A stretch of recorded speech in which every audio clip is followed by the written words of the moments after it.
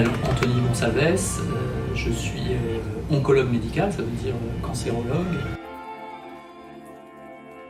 Essayer d'être utile aux gens que je vois, et c'est vrai que souvent les gens que je rencontre dans les consultations sont des gens qui ont besoin de moi. Quand j'ai choisi de faire médecine, c'est parce que je voulais faire comme Che Guevara, et donc je trouvais que le médecin révolutionnaire, ça allait bien ensemble. Un avenir qu'on espère pas très lointain, dans lequel il y aurait un peu moins de souffrance, un peu moins d'intolérance, un peu plus de fraternité, un peu plus d'égalité.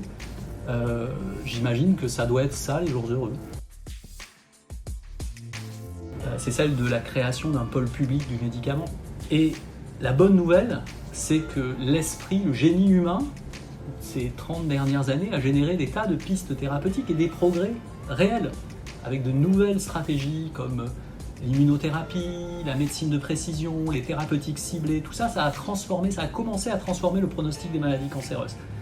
Le problème, c'est que ces avancées scientifiques, elles échappent en grande partie à la collectivité, au bien public, parce que d'une manière ou d'une autre, elles restent la propriété d'un petit nombre qui veut en faire un objet de profit.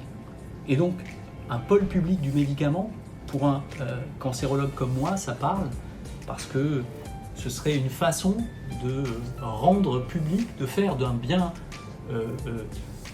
d'avancées scientifiques et médicales un bien commun pour l'ensemble de la société, au niveau de la France, mais aussi pour les sociétés européennes et les sociétés du tiers-monde.